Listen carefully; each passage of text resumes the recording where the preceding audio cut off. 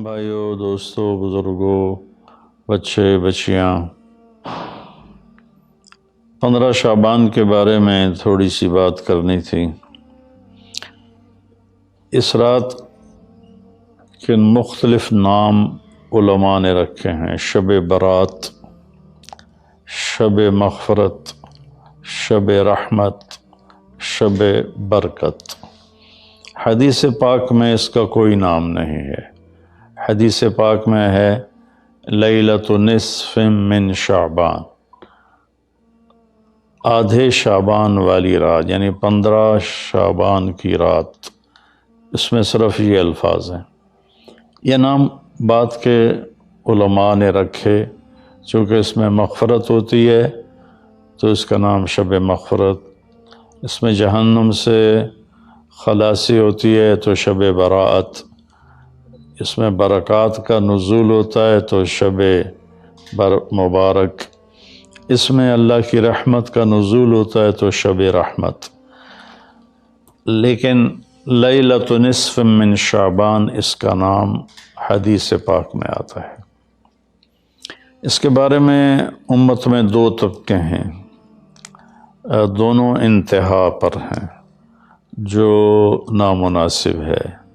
ایک طبقہ ہے جو بالکل اس کی نفی کرتا ہے، رد کرتا ہے اور اس میں شدت اختیار کرتا ہے۔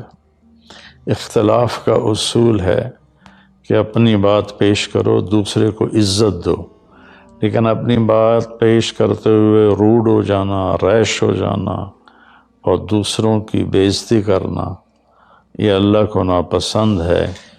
یہ اللہ کی بارگاہ میں انتہائی ناپسند چیز ہے۔ تو اس کی بالکل نفی کرتے ہیں کہ کچھ بھی نہیں ہے۔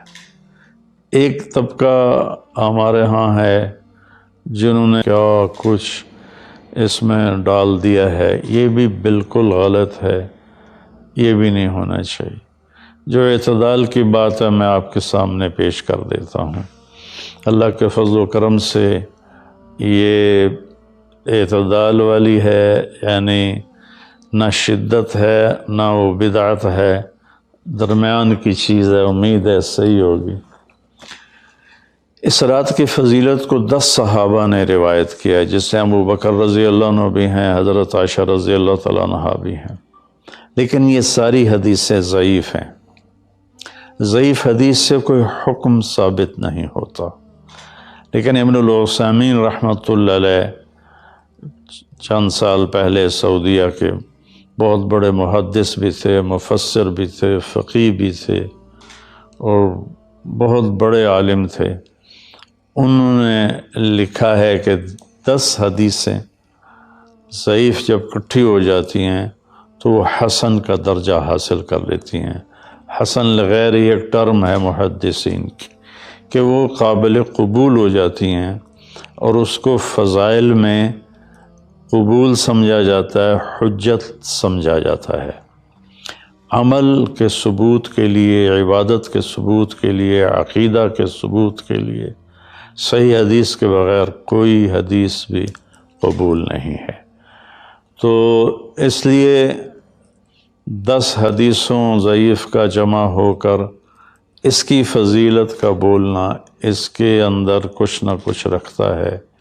اور فضیلت جو اللہ کے نبی نے ارشاد فرمائی کہ 15 شعبان کی رات کو حضرت عائشہ فرماتی ہیں میں اٹھی تو آپ بستر پر نہیں تھے، تو میں ڈھونڈنے نکلی تو آپ جنت البقیع میں پہنچے ہوئے تھے۔ تو آپ نے دیکھ کر کہا عائشہ تو کیا سمجھتی ہے کہ اللہ اس کا رسول تمہارے ساتھ خیانت کریں گے؟ میں تو بقیع والوں کے لیے آیا تھا دعا کرنے۔ پھر آپ نے فرمایا آج کی رات وہ رات ہے جس میں اللہ تبارک و تعالی بنو کلب ایک قبیلہ ہے جن کے پاس بھیڑ بکریاں بہت زیادہ تھیں، کہا عائشہ جتنی بنو کلب کی بھیڑ بکریوں کے جسم پر بال ہیں ان بالوں کی تعداد کے برابر اللہ تعالیٰ اپنے بندوں کو مغفرت فرماتا ہے، جہنم سے خلاصی فرماتا ہے۔ اس پر شب برات اور شب مغفرت علماء نے اس کا نام رکھا، میرے نبی کی زبان سے یہ نام نہیں نکلا۔ تو اس کی یہ فضیلت ہے کہ اس میں اللہ تعالیٰ کی طرف سے بخشش کا نزول ہوتا ہے۔ باقی یہ جو کہتے ہیں کہ اس میں فرشتہ اترتا ہے اور سارے سال کا بجٹ بتاتا ہے اور سارے سال کے واقعات، یہ کسی حدیث میں میری نظر سے نہیں گزرا۔ سورہ دخان میں فیہا یفرق کل امر حکیم کا جو آیت آتی ہے تو اس سے پہلے کی آیت شب برات کی نفی کرتی ہے، انا انزلناہ فی لیلۃ مبارکۃ، کہ ہم نے اس سے مبارک رات میں اتارا قرآن پاک۔ تو قرآن پاک تو لیلۃ القدر میں اترا ہے، تو اگر کوئی کسی قسم کے اعلانات ہوتے ہیں تو پھر شب قدر میں ہوتے ہیں، اس رات میں نہیں ہوتے۔ دوسرا یہ ہے کہ اس کے روزے اور بندگی کے بارے میں، شب قدر کی اللہ کے واسطے میری بات دھیان سے سنو، اللہ کی قسم کوئی خاص عبادت میرے نبی نے نہیں بتائی، لیلۃ القدر کی کوئی خاص عبادت میرے نبی نے نہیں فرمائی۔ حضرت عائشہ رضی اللہ عنہ نے پوچھا، یا رسول اللہ اگر مجھے لیلۃ القدر نصیب ہو تو میں کیا کروں؟ کہا یہ دعا پڑھو، اللہم انک عفو تحب العفو فاعف عنی، اللہ تو معاف کرنے والا ہے، معافی کو پسند فرماتا ہے، مجھے معاف فرما۔ تو میرے نبی کی عبادت وہی 11 رکعت تہجد کے نوافل تھے، چاہے وہ شب قدر تھی، چاہے وہ شب برات تھی، چاہے وہ شب جمعہ تھی۔ تو اب اس کے نام پر لوگوں نے کیا کیا خرافہ، چونکہ ہم قرآن اور حدیث سے نہیں جڑے، کتابیں لکھی ہوئی ہیں، کس نے لکھی، اس کی سند کیا ہے، اس کی تمیز ہی کوئی نہیں ہے، تو وہ پھر بہت ہی زیادہ 4 رکعت پڑھو، پہلی رکعت میں یہ پڑھو، دوسری میں یہ پڑھو، تیسری میں یہ، چوتھی میں یہ سب بدعات ہیں، ان کا کوئی تعلق نہیں میرے نبی کے کسی بھی فرمان سے۔ میرے نبی نے صرف عبادت کا فرمایا ہے، عبادت تو شب قدر میں بھی کوئی خاص عمل نہیں۔ اور دوسری بات یہ کہ اگر آپ نے عبادت کرنی ہے تو مسجد نہیں گھر، مسجد نہیں گھر، مسجد نہیں گھر۔ میرے نبی نفلی بندگی گھر میں ادا فرماتے تھے۔ اب شب برات میں صلاۃ تسبیح کی جماعت ہو رہی ہوتی ہے، یہ کتنی بڑی نادانی کی بات ہے۔ نفلوں کی تو جماعت ہی نہیں ہوتی، تو یہ صلاۃ تسبیح کی جماعت کروا رہے ہوتے ہیں۔ نفلی عبادات کے بارے میں اللہ کے نبی کا طریقہ گھر میں پڑھنا ہے، اور اللہ کی طرف سے بھی ہمیں جو اشارہ ملتا ہے، فَاذْكُرِ اسْمَ رَبِّكَ وَتَبَتَّلْ إِلَيْهِ تَبْتِيلًا، اپنے اللہ کو خوب یاد کریں اور لوگوں سے کٹ جائیں بالکل، اور سب سے کٹ کے آپ اپنے رب کو یاد کریں۔ وَمِنَ اللَّيْلِ فَتَهَجَّدْ بِهِ نَافِلَةً لَكَ عَسَىٰ أَن يَبْعَثَكَ رَبُّكَ مَقَامًا مَحْمُودًا فَإِذَا فَرَغْتَ فَانْصَبْ وَإِلَىٰ رَبِّكَ فَارْغَب۔ ان ساری آیات کا خلاصہ یہ بنتا ہے کہ نفلی عبادات سنتیں بھی ہوں گھر میں پڑھو، اور خاص طور پر جو ایسی راتوں کی عبادت ہوتی ہے، مسجدوں میں اکٹھے ہونا اور اس رات میں جھنڈیاں لگانا، پھر آتش بازی کرنا، یہ آتش بازی تو بالکل ہی اسراف ہے اور خرافات ہے۔ تو میری گزارش ہے کہ میرے نبی کی جو سنت ہے، آپ نفلی بندگی عبادات اپنے گھر میں فرمایا کرتے تھے۔ اس رات میں اگر آپ عبادت کرنا چاہتے ہیں، مسجد کی بجائے گھر کو مسجد بنائیں، وَاجْعَلُوا بُيُوتَكُمْ قِبْلَةً وَأَقِيمُوا الصَّلَاةَ۔ اللہ نے بنی اسرائیل سے فرمایا اپنے گھروں کو مسجد بنا لو اور نمازیں قائم کرو۔ تو ہم بھی اپنے گھروں کو خالی نہ چھوڑیں، اس میں ساری فیملی اکٹھی ہو کے نوافل کا اہتمام کرے۔ مسجد فرائض کے لیے ہے اور نوافل کے لیے گھر ہیں، تو امید ہے میری اس بات پہ آپ غور فرمائیں گے، ناراض نہیں ہوں گے۔ تو میرے بھائی بہنوں، اس رات میں کوئی بندگی عبادت مخصوص نہیں۔ ہاں، آپ تہجد کے نوافل پڑھیں، ساری رات پڑھیں، آپ قرآن کی تلاوت کریں، ساری رات کریں، آپ اللہ کا ذکر فرمائیں، ساری رات فرمائیں، آپ دعا مانگیں، چاہے ساری رات مانگیں۔ یہ مخصوص اعمال یہ ہیں: نماز، تلاوت، ذکر اور دعا، اور آنسوؤں کے ساتھ۔ اپنی کھیتی کو پانی نہ لگے تو سوکھ جاتی ہے، ایسے ہی دل میں بھی ایک کھیتی آباد ہے ایمان کی، اسے آنسوؤں کے چند قطرے ہی سمندر کی طرح سیراب کر دیتے ہیں۔ تو آنسوؤں کے ساتھ نہ ہو تو کم از کم رونے والی کیفیت ہو۔ تو یہ تو اتنا سا شب برات ہے۔ روزے کے بارے میں جو ابن ماجہ کی روایت ہے، قوموا لیلہا وصوموا شہرہا، یہ روایت بہت شدید ضعیف ہے، اور علامہ البانی رحمۃ اللہ علیہ نے اس کو موضوع قرار دیا ہے۔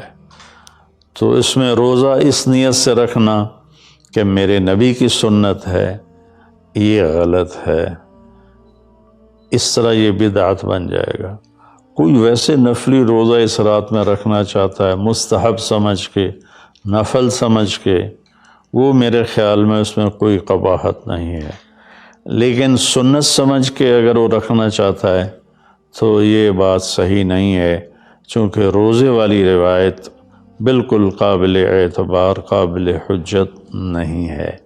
اس میں تمام محدثین کا اتفاق ہے کہ یہ روایت شدید ضعیف ہے، اور شدید ضعیف سے استدلال نہیں ہوتا، اس کو حجت نہیں بنایا جاتا۔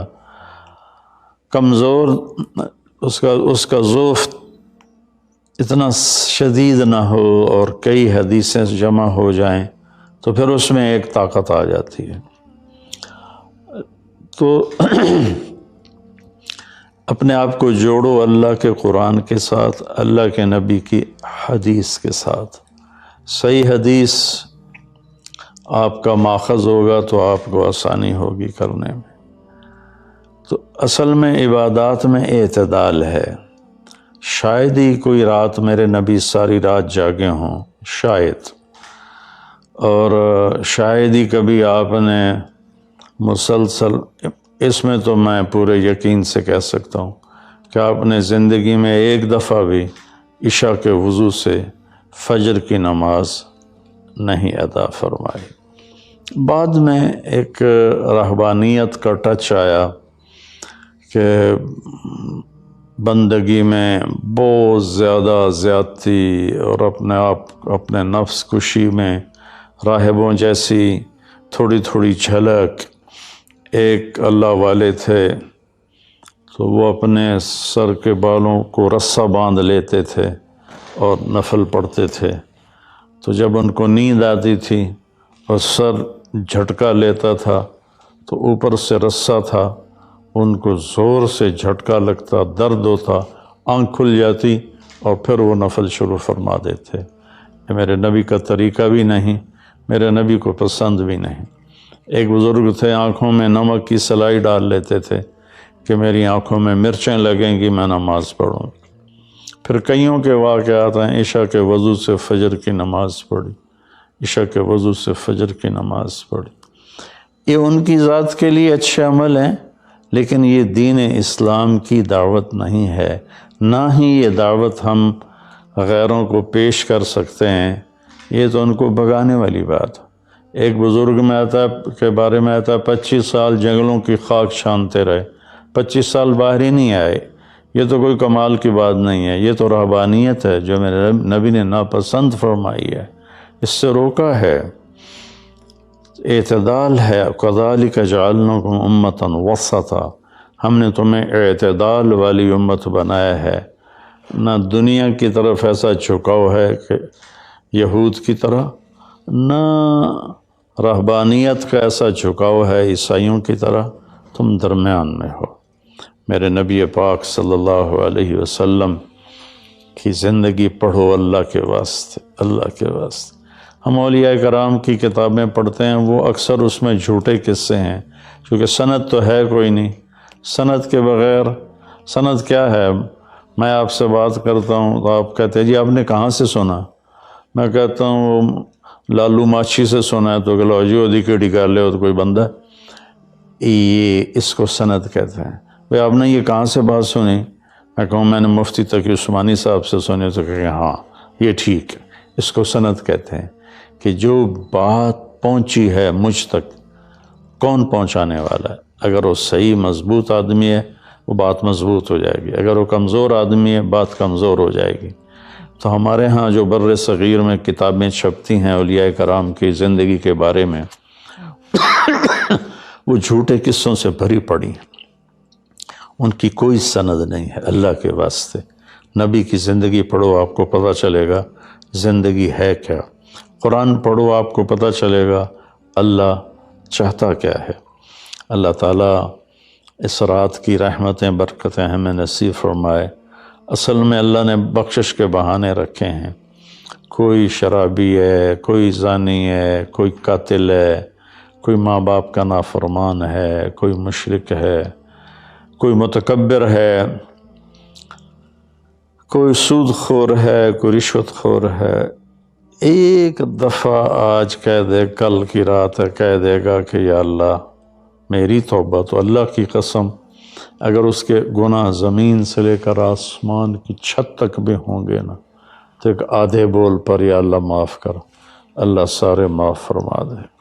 سبحان اللہ۔ آگے جملہ بڑا خوبصورت ہے، ولا بالِ، اس میں تکبر ہے، ولا بالِ، ہمیں کسی چیز کی کوئی پرواہ نہیں۔ تو کسی نافرمان کو حقیر نہ جانو، اور کبھی اپنی نیکی پہ تکبر نہ کرو۔ اور ایک جرم اور بھی ہے جو میں کہتے کہتے 30 سال ہو گئے، فرقہ واریت سے توبہ کرو۔ اپنے فرقے پہ جمے رہو، لیکن دوسروں سے نفرت، سلام بھی نہ کرنا، جنازہ بھی نہ پڑھنا، حرم شریف میں جا کر بھی نمازیں نہ پڑھنا۔ اچھا اللہ کے واسطے آج بہت اویئرنیس ہو چکی ہے، تو مہربانی کرو، امت بنو، محبت کرو، ایک دوسرے سے ملو جلو، ہم امت بن کے چلیں۔ اختلاف رائے کے فیصلے آخرت میں ہو جائیں گے۔ قل کل یعمل علی شاکلتہ فربکم اعلم بمن هو اہدی سبیلا۔ ایسی اس میں جو دیگیں چڑھائی جاتی ہیں، خیرات کی جاتی ہے، یہ بھی بدعت، سنت سمجھ کے کوئی کرے گا تو بدعت ہے، ویسے فی سبیل اللہ کوئی دیگ کرنا چاہتا ہے تو ٹھیک ہے۔ اللہ تعالی ہمیں عمل کی توفیق بخشے۔